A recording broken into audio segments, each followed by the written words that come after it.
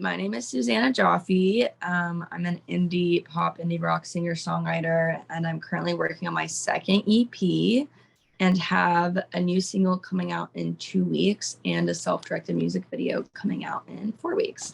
Oh my gosh. So you made a music video for Good Sex or for Song that isn't released yet. Okay. But self-directed, that is Yes. really impressive. For film, actually, because like my entire life I was like, from the age of like 9, I was like, I want to be a film editor, which is like, what kid says that ever? But I was like, this is my passion, I want to be a film editor. So I went to school for film, and then just kind of like decided halfway through, I was like, JK, I don't want to do film, so I'm just gonna make music, and I'll make my music videos. So like my degree wasn't for nothing. Oh my God. But honestly, I think that's such a good editing is such a, oh my God, it's so tedious. Like to have that level of ability to do that, I'm sure helps you in your music. I honestly, the last few videos, I like haven't edited them because I get so, I'm just like, I get so picky and so obsessive, and like they would never come out. Usually like I direct and produce my videos for the most part, and this one I'm like still really involved in the editing, but oh, my window thing's broken. But not I'm not like directly editing anymore because I just like become a mad woman when it's like my own video, you know? Or like, especially when it's just like very intense to be staring at yourself for like 7 hours a day. Oh my God. I edit our podcast and I'm like, I want to actually murder. Like, why do I sound this way? Why? Do you find that tediousness kind of like in when you're recording music and making music? I actually am so the opposite. Well, okay, like both, like half and half. I think like I'm like not tedious at all when it comes to writing songs. Like I co-write with my dad a lot, and he's very much like he's so tedious with his songwriting. Like he combs over every single like syllable, like every word, the like everything. And I'm very much like, in terms of writing, I'm like so just like whatever flows out of me. Mm-hmm. That's the song. And I kind of like, I don't edit my lyrics a lot. It's like once I write something, I'm like, cool, I like this. This is gonna be the song. And for like vocal takes, when we are like recording, I do like 4 takes each, and then kind of like, cool. But for like the mix and the production of songs, I think I'm like a little bit difficult because I just want it to be like I definitely think with each song, I think I have the producer send me at least like 4 or 5 different cuts till I'm like happy with it. Mm-hmm. Talk to anyone else, so I don't really like about like their producing process. I don't know if that's like really a lot or like not a lot at all. But I get very picky with like the final product of the song, which makes sense. That's so interesting. It's almost like you're creatively, you just pour out. And then when it gets to like, you know, business side of things, you're like, nope, let's get this done well. But because like the reason I think I'm so like whatever flows out of me is because it's like once it flows out of me, I'm like, okay, this is a song. I immediately am like, okay, that's what I want it to sound like. Mm-hmm. And so getting these like really emotional, just kind of like what's the phrase I'm looking for? It's like where it's just like whatever. Like, yeah, no, I know what you mean, but it's almost like you're more vulnerable creatively. Like, yes. And once I, you know, put that out there, I like know exactly what I want it to sound like. So I just, the production is just a lot more picky, I guess. Yeah, no, I think that's honestly the smarter way to do it is, you know, music is art. So it's almost like that's a nice quality to have that you're openly creative like that and not as like stress. Cause you know, I meet a lot of songwriters who just like overthink one specific word. And it's like, no, just kind of let it be. Let it be. The people will not be mad at you for how you know. Attach their own meaning to every single song that they write. So it's like worried that a certain line or a certain word isn't conveying exactly what you want it to do, you like can't get past a certain line. Like people are still gonna find some meaning for themselves.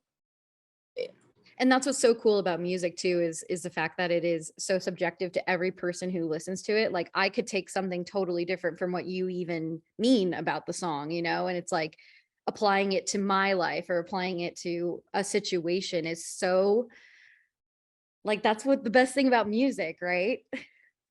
Saying that like there's some songs that I play them and I'm like crying, you know, it's like certain songs that like trigger certain things in me, and like my friends will hear that same song and be like dancing in the car to it, you know, and I'm like, whoa, this is crazy. It's so weird. Like Ashley and I created a playlist for ugly songs to cry in the car to, and we had Yeah. people kind of submit things, and it was weird. Like it was just the gamut of song. Like someone put the Fox and the Hound song.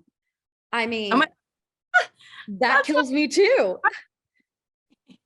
But like, can you imagine someone bumping to that in the car, just like, you know? It's kind of an interesting.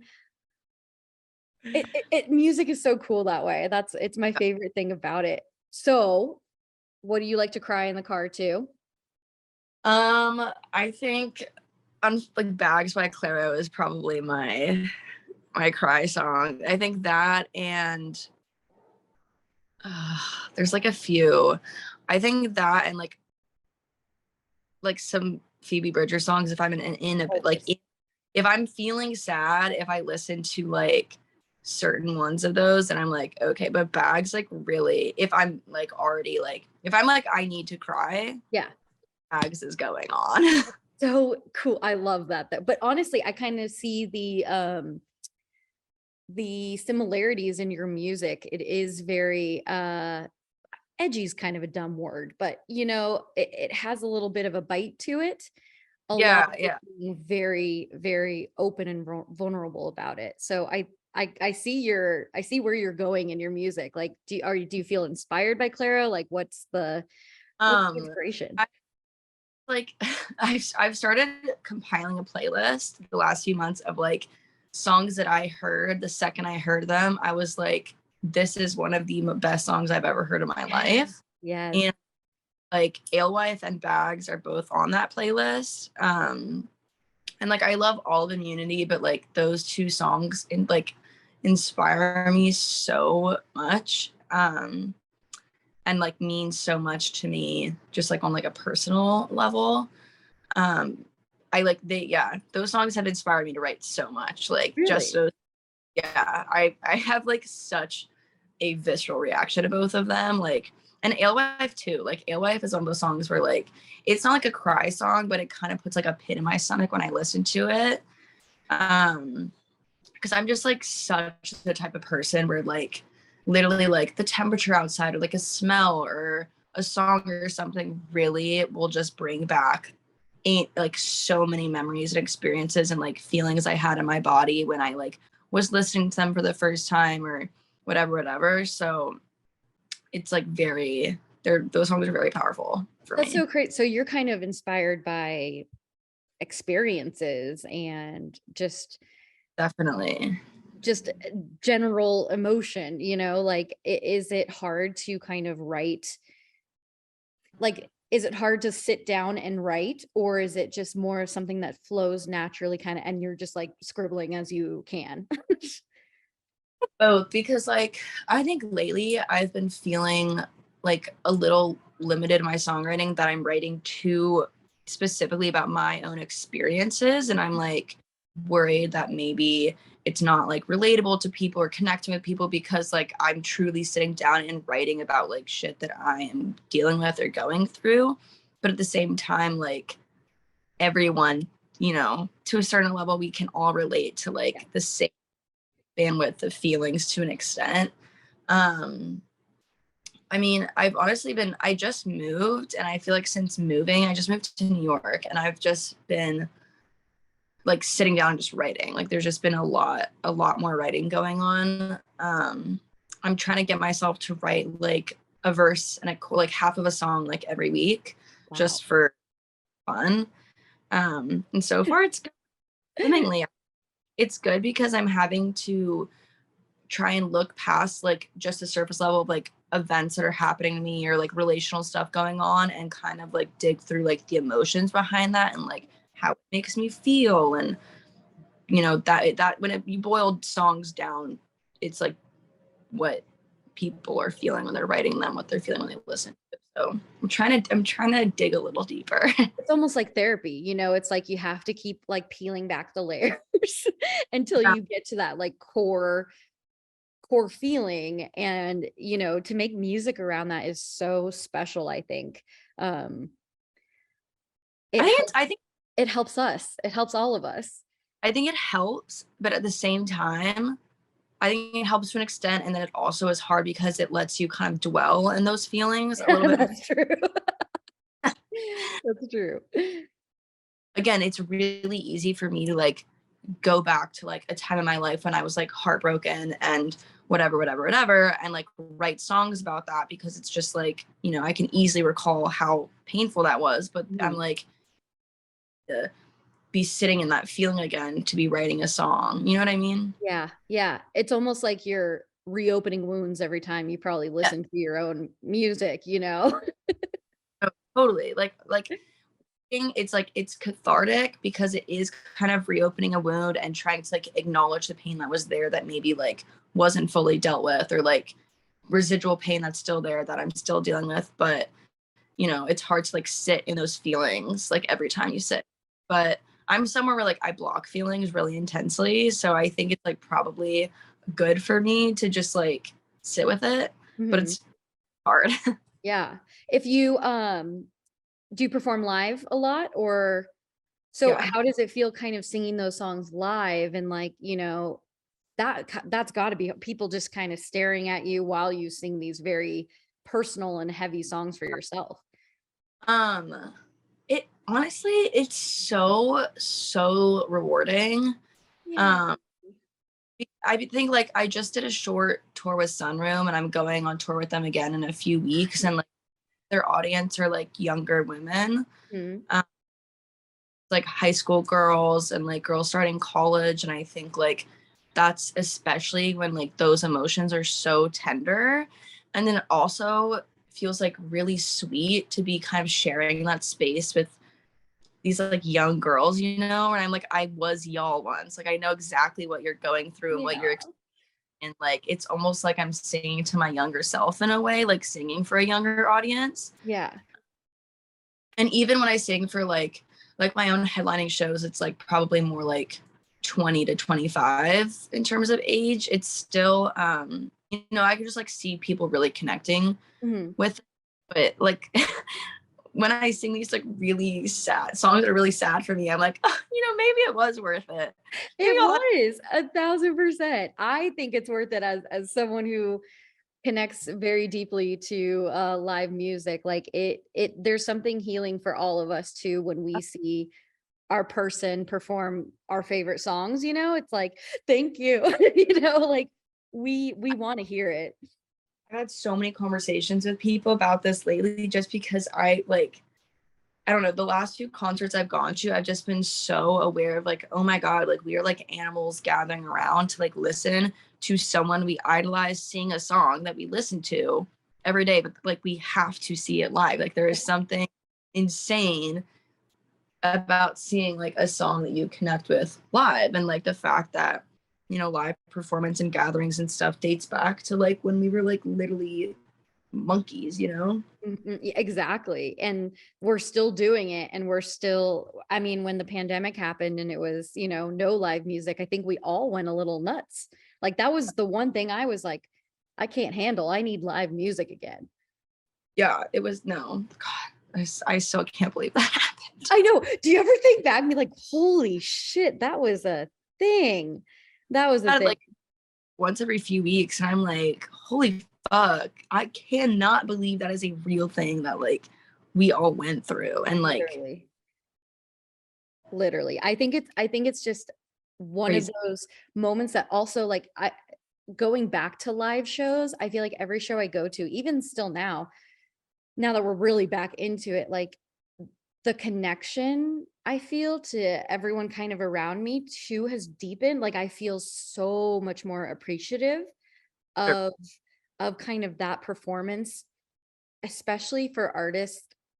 I have like a newfound deeper appreciation and understanding of like how hard it is for you all. Like it is without live music, what do you do? You can make music, sure, but I'm sure, yeah, I'm sure like your goal in life is to play live, you know? Yeah. Of course, playing music, like recording music in an album and whatever is so exciting, but to get to see people's reactions to you and your music, I think is so much more important.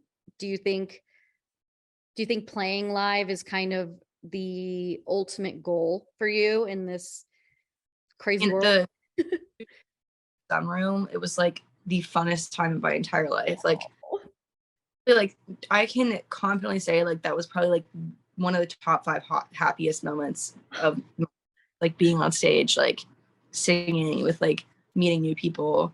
Um, so I'm really excited for the shows that are coming up, and I'm really just hoping to do a bunch more after I release the second EP, like hoping to do a tour next spring. Yes, please. Um, yeah, so I, I hope that is the goal. That's definitely the goal. Well, you need to come to the West Coast, please, and thank you. So bad. Please, we will have a spot for you in San Diego, I promise. We'll find it because it's gotta happen. I gotta hear you live. I will say that. I think my shows are really fun. Yeah, have you seen you? You're pretty fun. You're pretty fun. Do you find like playing live, you have like a different personality almost? Like it's probably a little bit different from your recorded music. I think like live, I feel like live there's a lot more energy behind each of the songs just because like I am a big like I dance a lot when I'm on stage. Like like Maggie Roger is just like flinging my body around, you know, just because I can't really help it. Yep.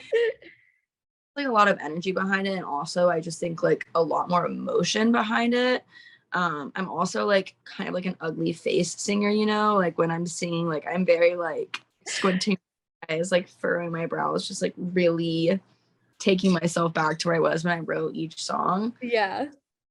Overall, I don't know. I feel like that's like kind of how all my songs should be listened to. A But I don't little really, visceral. yeah, yeah. That's so Uh, much fun though. Have you ever seen Haim live? no, I haven't. Oh my Well, God. I did when I was like 13, but I like really don't remember it.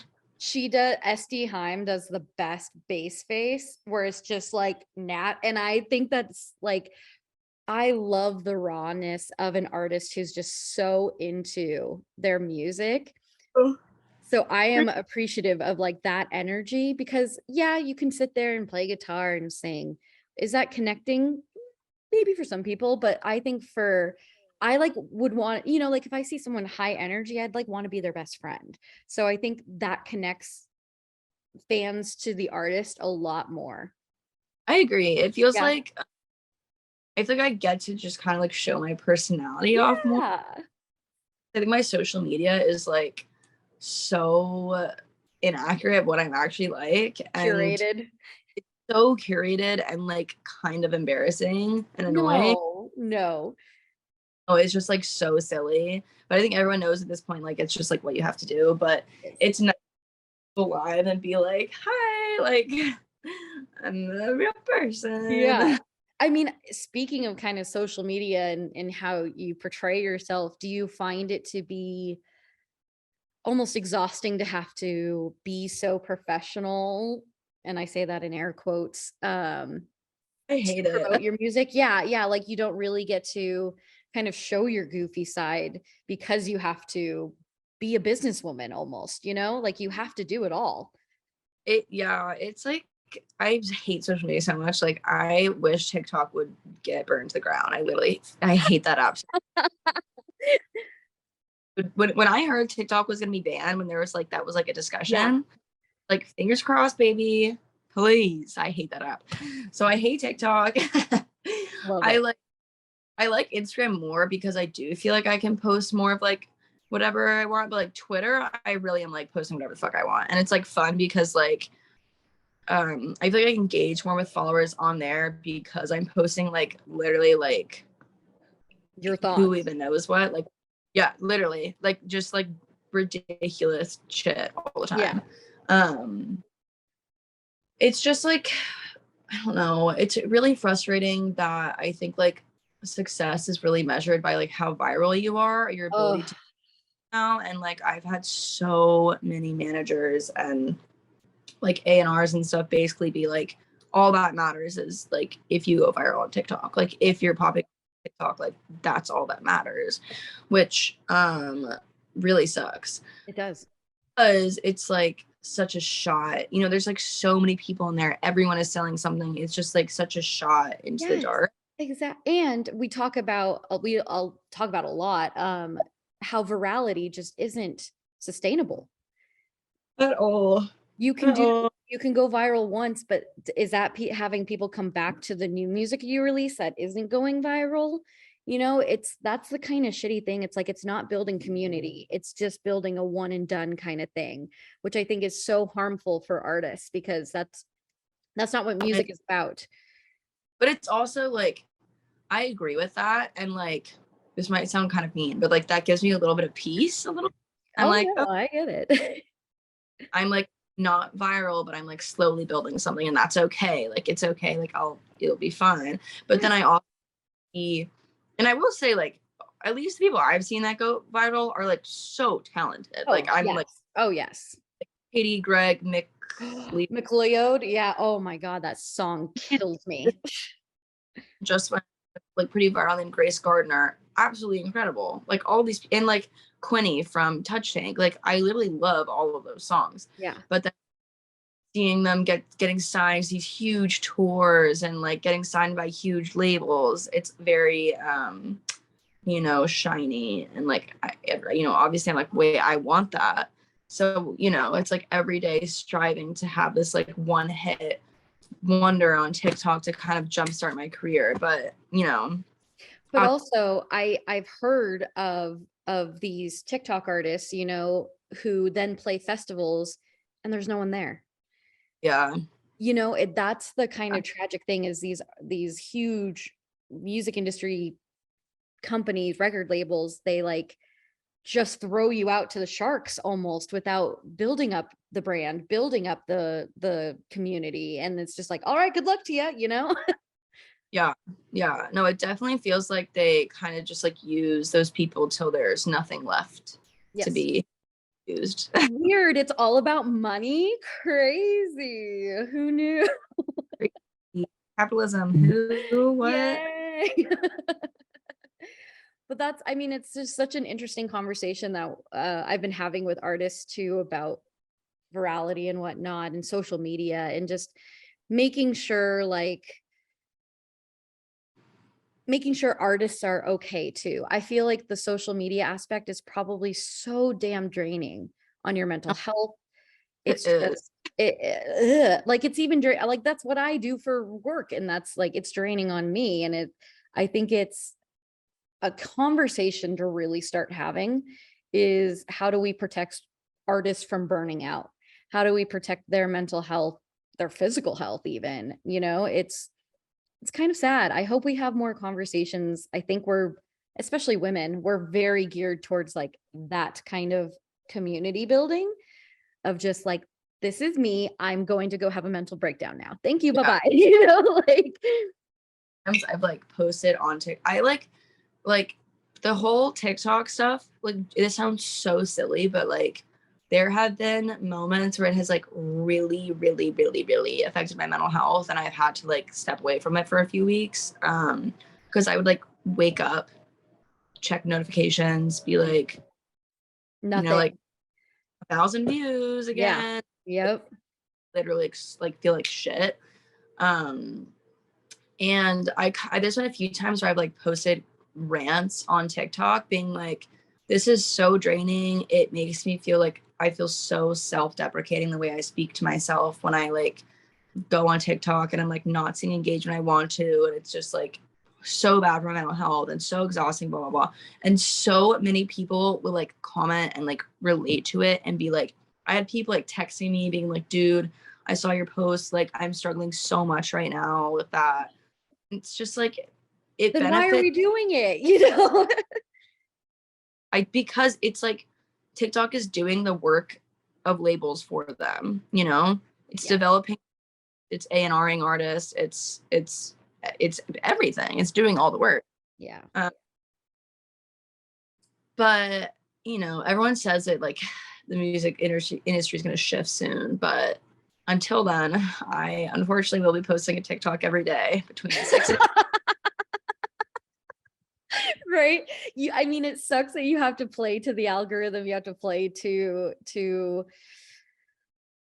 the gods above, you know. It almost feels like it's hard to get out of it. And I think what you're doing, what a lot of other indie artists are doing, is so special, because I know it sucks. I know it's terrible, but you really are building a community and raising up young women, especially, to be strong and to be vulnerable and to understand like what's not okay. Like your whole song is about toxicity. So like, you know, you are kind of a teacher in a way of life to these young girls. And I almost wish I had that when I was young. Like I had Britney Spears and Christina. Like, you know, it wasn't yeah. as badass as it is now.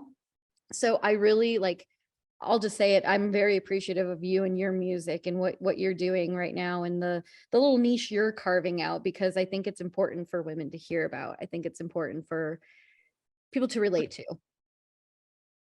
Thank you. That's very, Yeah. I think like I feel like music has shifted so much in the last 5 years. It's just become so more about being vulnerable and being real and like connecting with one another.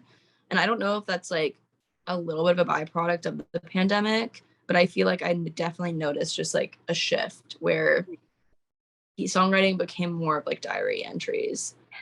Yes. We call it the Olivia Rodrigo effect. Yeah. Uh, I think that, I think once Sour kind of blew up, um, we women kind of took our power back in the music Hmm. industry, almost, because it was like, fuck you, you know, like this is how I feel. I'm not going to be made to feel guilty or like I'm crazy, or you know, just all the emotions that she has in that album was just I so love that album. like, oh, thank you, somebody finally. Like, you know, we get made fun of for being fangirls. We get made fun of for loving things as passionately as we do. And I think that's just so unfair, because it's like, well, we're there. We're the ones there Yeah. for you. You know, Yeah. don't hate up on us. Yeah. No, totally. 100%. Especially I feel like people were like so much hate. Sorry, I literally like keep trying to like fix my window and it just like won't. Um like Taylor Swift fans, I feel like people just like shit on them so Swifties, hard. poor Swifties. I'm And not a Swiftie, but like I love Swifties. I think their dedication is unreal. like are you guys like maybe a little untethered? Maybe, but I support that. I think that's epic. Like I admire that so much because I've been there. Yes. I One Direction stan. Oh, So I on like and it was amazing. It's like the best experience in the world. Like being a part of a fandom is such a unique and like wild fucking experience. yes. Like all these people wouldn't have careers if it wasn't for like girls like us. 1,000%. And I also think about like the community, you know, like you make friends with other One Direction fans, like worlds away from you. You know, it's the fact that you can connect over one thing and one love, and just like an outpouring of just pure support is so beautiful. It is so beautiful. And that I will say that's the one thing that I do really like. I do genuinely appreciate that about like TikTok and Instagram. Just like I've like met so many people from those platforms and also like been able to connect with fans in a way that I think is really special because of those Mhm. platforms. Um yeah, Yeah, it's so nice. Mm. it is. Well, thank you so much for chatting with me. I absolutely loved this. You have a great insight into your portion of the music industry, and I'm really excited for your EP. I really hope you get out to the West Coast, please, and thank I, you. that's a when, I'm not sure.